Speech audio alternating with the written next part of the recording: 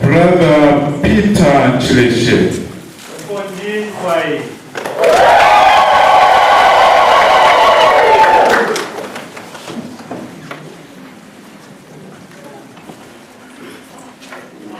Brother Owen Mwene.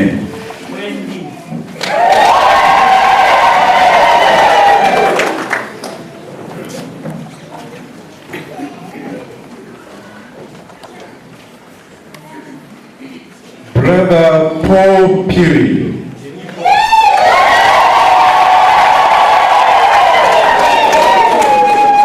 The Franciscan missionaries of Sisters of Assisi with their son, Brother San, please escort our brothers, please.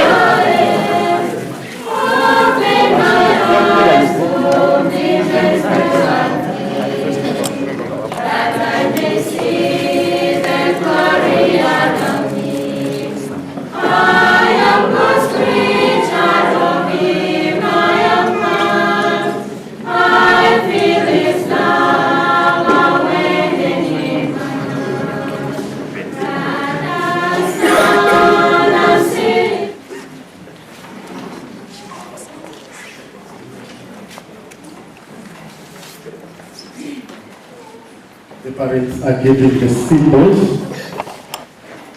to the brothers. Kumakaya kwalesa ninkwatensansa chine na fikirwako uko naisa pelo umwana wandi mucheni cha mfumu umwalala ya ifilayo vyakwe vyakubombela lesa mpaka lemfwa eicho pakulangechi na ikata muminwe inyali ilelange chengero no lubuto ulo ala ingilamo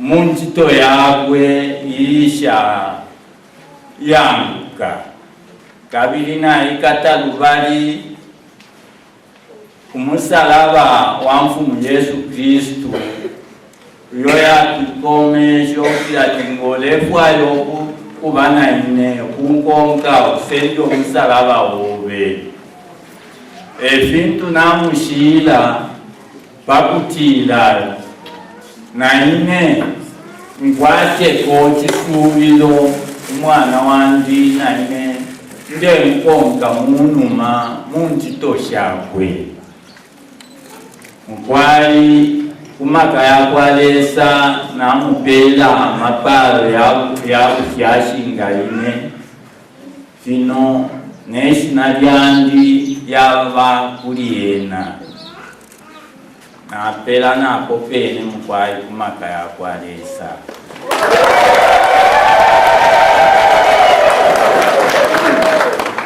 umi wafilayo umi ubwabana machushi tedi kwa kupela Bible ukasanga omuti mulandu wakwe bati umi wafilayo ukasanga amachushi lero omuti wa uli muri ine Bible twapela mkwali ifwenko lukwa twakupela kolonei ni nkwela yakufwala yakufimbana ngolefo okusansamuka ule sarika corona ngolefu ya kukwata ifi usefingi ule sarika corona ngolefu okuti ukafike kumulu ule sarika corona ngolefu okutila ukabe Capuchin wakwilika ule sarika corona ichi echila mtu wakupela ngafwe baru kwa bonse makamaka okufuma kulinye nemufya shobe twapusha mkwai.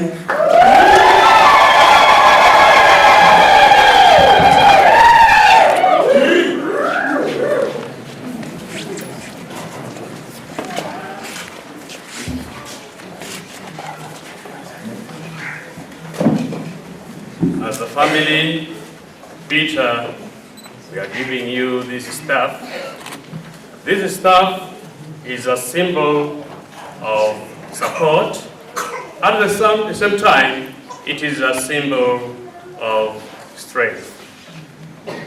It is a symbol of authority, a symbol of leadership. You are now going to become a leader in the church which Jesus Christ himself established. You will use this staff to bring together the lost sheep. You use this staff indeed to disperse the enemies. The enemies shall not always be following you, just like Moses. Moses was given this staff to lead God's people to the land he promised them.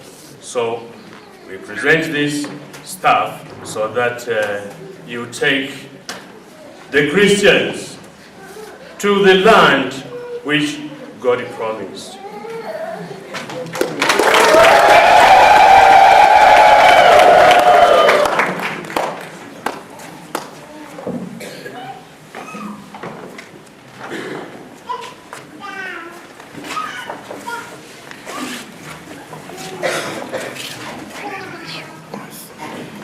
Ni mwanangu umulimu oyu ngoweza mulimo mupatika pati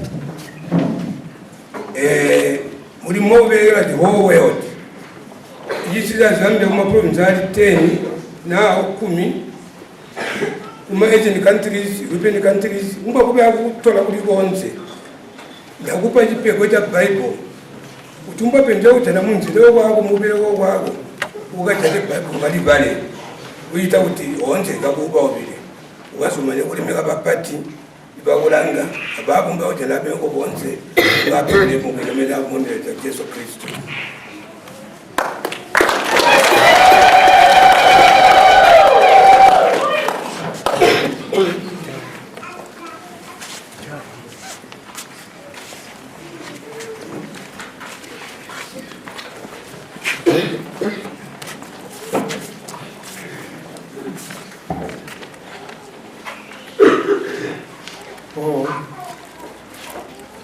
When you came forward and requested us or informed us to say you had the feeling that God was calling you, we never hesitated, although it was a bit difficult for us to understand. Being the seventh born child in the family, and looking at the school results that you obtained, they were so good. So we were thinking, this person, instead of going to a college or somewhere else, why should he become a father? So, because for sure, once he goes there, then you expect nothing from there. But afterwards, when we sat down there, you see, God assigns each and every one of us for an assignment on earth before we are born. But later on, after praying over it, we said, no, let him go. Because if we stop him, it's like we are fighting against God and so just as we wholeheartedly allowed you to do what you wanted in life, we today again say Well, we are very happy that you have managed at least to withstand more than 6 years. It's not a joke. There are a lot of temptations and so on, especially from our friends who are very, very good at enticing. So for this, my son, please, here's the Bible and a candle. I don't know, it's very difficult. As I was coming behind, I said, but why are many people going for the Bible and so on? But when you go to our homes, you find that very few of us would read the Bible. We would rather, especially these days, use the phone than looking at the Bible. But then let's realize this is where God is talking to us, and this is where we can find salvation. So for this Paul, use this Bible in your life. Thank you very much.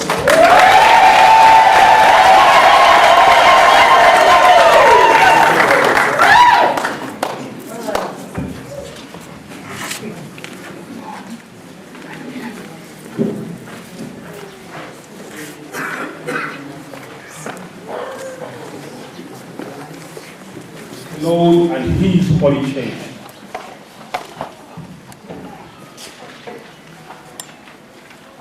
Since by God's loving kindness we have come to know the life and dedication to God in our brotherhood. I, Edith Fumbano. I, Joel Kapirikisha. I, Peter Chileshe. I, Owen Mwene. And I, Paul Piri. Humbly ask of you, Father, and of our brothers, to be admitted to the solemn profession in the order of the Capuchin Friars Minor, for the glory of God and the service of the Church. Thanks be to God. The history of the Capuchins here in Zambia,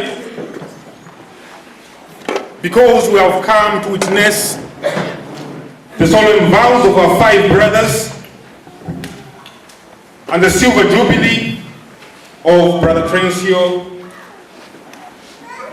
It is right and fitting for me on this day maybe to focus so much on the call of God and its implications.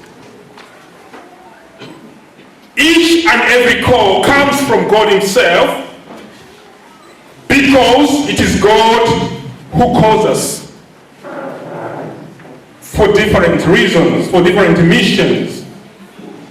Though there is only one mission of God that comes from God Himself, or that God Himself executes, God Himself, in His wisdom, in His purpose, and in His plan, He invites each one of us to participate in that mission. And that mission remains for God. It is not ours. It is God Himself who involves us because He loves us. So this is the day that the Lord Himself has made. Even for us in our own ways, we shall renew our own calling, our own vocation journeys. In a special way, we shall see our own brother Trencio shall renew his vows after 25 years, still say yes to God, that I still want to follow you. And ourselves in our own way, in the way God has called us, it is also a moment to renew our own vows to God. And in the first reading, we hear this passage about the call of this man called Elisha or Elisha. The name which means the God is my salvation. Elisha becomes the would-be successor of a man called Elijah. The name which means my God is Yahweh, Eliyahu. And God uses Elijah to reach this man Elisha or Elisha. He is called to the ministry of prophecy. He shall be a prophet. God uses Elijah, that time the greatest prophet among the people of Israel. And everything is happening in that northern part of Israel. Eliyahu is sent. We are not told much about this man called Elisha. Nothing special about Elisha or Elisha. He's not a prophet. He's not a great warrior like Gideon or Samson. No special features about this man. He's a farmer. He's farming. An ordinary man. And Elijah finds him as he is doing his daily work. He's working. Just like the apostles, if you remember, the first disciples, when they were called, they were fishermen on that shore, on that seashore. They were working. He finds him as he's working. He's dirty and he's sweating. God finds him. A very hardworking and responsible young man. The scenery, the place. It is not in a temple, what we can call a holy place. It is an ordinary place where Elijah finds him. A very familiar and usual place. The place that Elisha himself knows. Because when God wants you, He will surely find you. And the place will not matter. God will appear in any place in order to seek you out, to seek me out. Because the one who has been called by God cannot hide from God. In a very unusual place, God will speak to you, God will speak to me. And that encounter with Elijah that day meant that his life will never be the same again. Nothing special about that day. Everything is normal. But something is different. Because in that usual place, God speaks to Elisha through Elijah. It is a defining moment.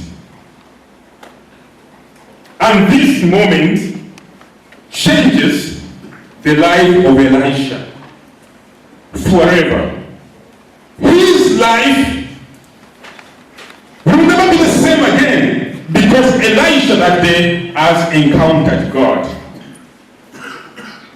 Because the moment we encounter God, our life can never be the same. Because this deep encounter with God brings some kind of change in our own life. We start seeing things differently, in a different way. I'm talking about a deep encounter, not a casual encounter with God. A deep encounter with God leaves a deep mark on our lives. Things can never be the same. I hope the same with our brothers. When they were saying yes before, they have been saying yes for many years. I hope this is the experience. That this day becomes a defining moment in their own lives. A defining moment. Because all of us in our own life, where we have our own defining moments, imagine a wedding day and the defining moment. A sickness. When the doctor tells you you are sick and nothing I can do, it's a defining moment. When you lose a job, it's a can be a defining moment. The death of somebody dear can be a defining moment. But the greatest moment in our lives is when we encounter God as I've explained. When we discover the plan and purpose of God for us. That's a very deep encounter. The greatest moment. Because the whole world view changes, as Paul said. When Paul encountered Christ, he said, I count everything as loss. The way he saw things changed. Elisha, when he encounters God in his own context, we are told he's ready to leave everything. To leave his work, his family, his friends, his home. The family that he knew and loved. And we are told he burns everything. The plow and cow, everything is burnt. Burning of the plow and cow, it means that Elisha is saying, I want to break myself with the past. Something new is beginning. Behold, I make all things new, says Yahweh. I hope, brothers, something new is also happening in your own life. That break from the past, that God is doing something new. Burning of the plow and the cow, it can also mean that it cannot go back again. Is burning everything.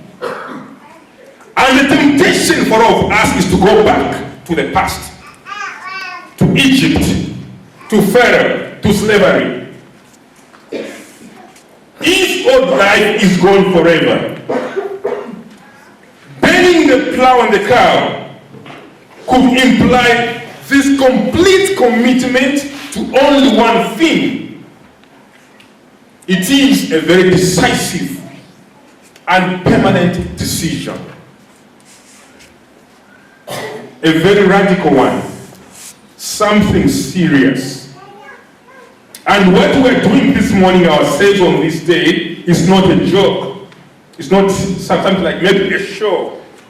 Brothers, it's not a joke or just a show. It's something serious. For your families to come all the way, to sacrifice everything and come here, we are not playing. It's not a joke. It's not casual. It is something very serious, something very deep. And it is not a graduation. They are not graduating, no. They are committing themselves to God Himself. So it is not a concert or some kind of a show, a theater. It is a commitment. Elisha offered all for God or nothing. All for God or nothing. There was no plan B. He burnt everything. No turning back. Nothing to hold him back. He didn't say just in case. No. He said, I have to burn everything. Let me just try. No. So I hope you brothers are not making a just in case decision. I hope you understand, you are convinced, and you love what you are about to do this day. I told you even yesterday what you were signing something, and I asked you, do you understand? Do you love what you are doing? And no one forced you. You have to love it. You have to understand. If you don't love what you are professing today, the next years will be misery. It is not just in case because we are a failure somewhere, no. Because you have only this is your life. So this Elisha was a farmer, as we heard. was not looking for a job. He already had a job. He was looking for a higher calling to serve God and his people, to sacrifice his life for God and his people. Burning everything, it means that Elisha burnt his livelihood. You burn your plow, imagine, your tractor. Meaning that you're burning your own livelihood, your source of income, where your life lies. And this burning is the language of sacrifice in the Bible. Sacrificing his life. So brothers are not looking for a job here or an employment. It is a commitment. You are not looking for power or control or a path of personal glory. No.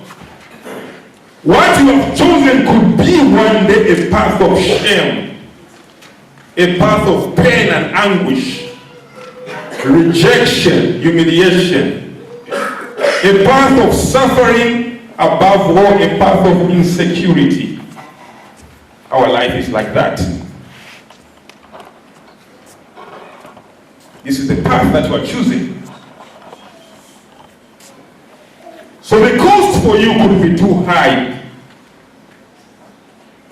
And any calling, a vocation, a calling, without a sacrifice, it is something else.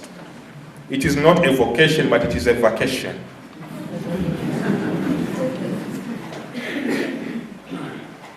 It is a life of sacrifice. If you are to do anything for God and for God's people, it is not a picnic, a sacrifice. And the church needs real men and women of God, authentic ones, not party-time brothers or sisters, but real men and women of God. So your vocation is not a part-time vocation, it's a lifetime commitment. You shall say yourself for the rest of my life. And even the gospel, Jesus himself explains what it means to be a disciple. And he says, if you want to follow me, if you want to be my disciple, if, to me, that it is an invitation. No one is forced, it is an invitation. And our friends, our family members, our guardians, and our parents must know this. These brothers, to be here this day, to say yes to God, they are not being forced. No one is forcing them. They have been journeying since 2010, somewhere there, 09, I was not there, but we lived together in 2012. So 7 years ago, we lived together in the same place. And I'm shocked that you are still here, meaning that you're not being forced. Yourself, you have chosen. So to all our friends, our family members, our guardians, our parents, the brothers are not being forced. They are doing it out of their own free choice. In the early church, to be a disciple of Christ, to be a Christian, to follow Christ in the early church, it was something dangerous. Maybe something that we cannot imagine, because in our country, Christianity is more like a culture. We come to church, we dance, we go back home, and maybe we are not even committed to God.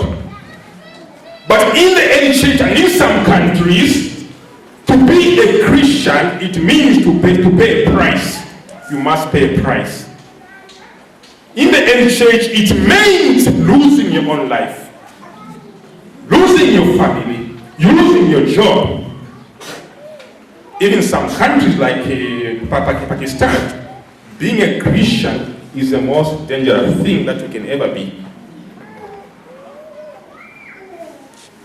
We need to pay a price as disciples of Christ. Everything, including your life.